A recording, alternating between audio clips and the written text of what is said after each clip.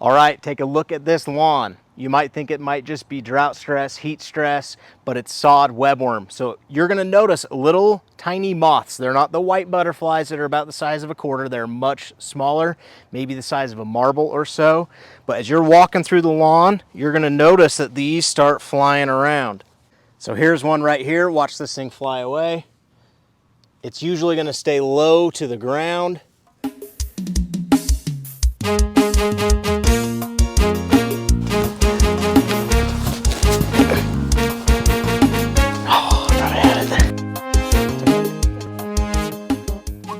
As you can see, they're hard to see, they're hard to predict where they're going, they're hard to catch. But anyways, it's not the moth that you have to worry about. The moth is not doing the damage. The moth will lay eggs, which turns into a worm. The worms are going to cause the damage.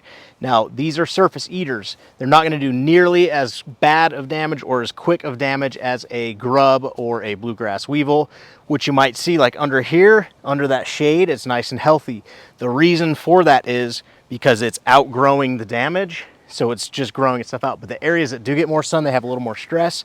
That's where you're going to see it more prevalent. It's best to apply these with just liquid bifenthrin. Liquid is better because it's going to cover the entire surface of the blade. However, I would also hit it also with the Aloft granular. Make sure the client waters this in.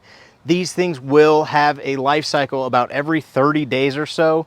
You're going to see a new generation. So you can get up to maybe 3 generations from summer to fall.